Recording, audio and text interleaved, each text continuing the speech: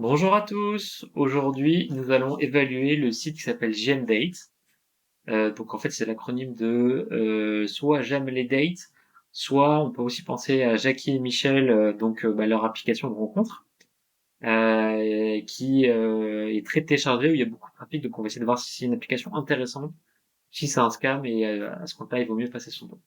Alors déjà, si on va sur l'application Android, on voit rapidement qu'il y a à peu près plus de 50 000 téléchargements sur les derniers mois. Plutôt des avis positifs. On verra ensuite sur Trustpilot si c'est le cas partout, mais en tout cas, voilà, on voit pas mal de photos qui sont laissées sur les fonctionnalités de l'application. En fait, en général, sont quand même assez similaires pour toutes les applications. Voilà. Donc c'est une application qui a été lancée en 2023. Alors, moi, du coup, en fait, ce que je fais, c'est que j'édite le site Stat Rencontre, qui est le site d'actualité numéro un sur tous les sites de France. Donc, j'ai fait des tests et j'évalue tous les sites de Tinder, Mythique et compagnie. Et là, du coup, donc, pour évaluer l'intérêt d'aller sur GMDate, on va aller ensemble sur Trustpilot, en fait, qui est un site où quand les gens sont pas contents, bah, c'est là où ils vont, et du coup, ça va nous permettre de voir après quels sont les points négatifs et les points positifs. Alors, déjà, on voit 1,7, on peut penser que c'est une très mauvaise note, mais en fait, vous allez vite voir qu'en fait, il y a dans le secteur de la rencontre, c'est pas si mal que ça. Regardez, donc le voisin solidaire, un concurrent à 1,2.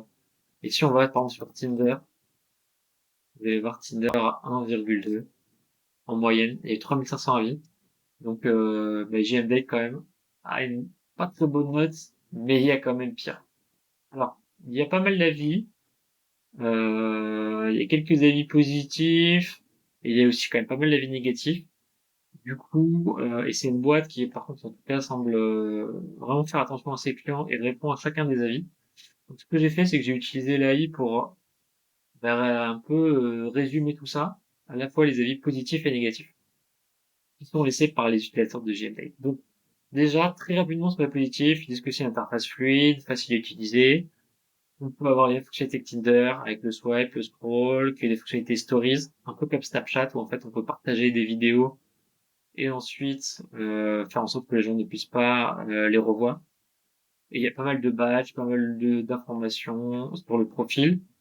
Et pour certains, en tout cas, les services clients est réactif. Bon, c'est vrai, on a vu qu'en tout cas, ils répondent. Donc déjà, non, là, on est sur Tinder, donc c'est normal. C'est normal. Donc ça, c'est ce qu'on a vu juste là. Alors moi, je fais aucun cadeau à tous les sites, hein. Je les évalue tous de la même façon.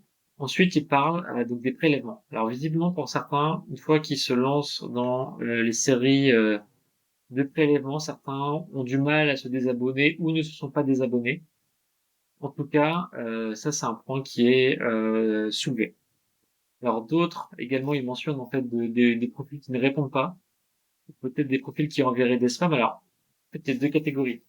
Pour un site de rencontre, regarde site de rencontre qui crée des faux profils. Alors après, je ne dis pas si c'est vrai ou c'est pas vrai, je n'en sais rien. Mais il peut aussi y avoir des utilisateurs qui vont créer des faux profils, soit parce que ça les intéresse de prendre notre identité, soit ça peut être des personnes également mal intentionnées. Donc voilà. Ensuite, dans les points négatifs, il y a le renouvellement automatique. Ça, j'ai envie de dire, c'est le cas sur tous les sites de rencontres qui font du renouvellement automatique. Donc pensez à vous désabonner si vous ne souhaitez plus l'utiliser. Et probablement, c'est peut-être des femmes qui ont parlé de cas de harcèlement et de chantage, mais bon, et ça doit être mentionné quelque part dans la page. Les autres remarques sur JMDate, les conditions d'abonnement et de désabonnement peuvent sembler complexes et peu claires. Le site se défend en disant que toutes les informations sont fournies dans les conditions vers l'utilisation. Et éventuellement, voilà, il y a des utilisateurs qui auraient dit avoir peut-être porté l'affaire un peu plus loin, ce que je ne peux pas dire. Il peut aussi y avoir des concurrents qui laissent des avis. Voilà, en tout cas, le service client propose son email si jamais il y a des réclamations. Donc moi, ce que je vous propose, c'est que si vous avez été sur ce site, cette application, vous l'avez vraiment testé, et que vous avez un vrai avis sur cette application, et je vous propose de laisser un commentaire sous la vidéo en disant ce que vous en pensez. Ça va aider un peu tout le monde. Et aussi, moi, je vais mettre d'autres liens sous la vidéo avec d'autres comparatifs que j'ai fait sur d'autres sites et peut-être des alternatives qui pourraient vous plaire et développer votre curiosité. Voilà, je vous remercie, à bientôt.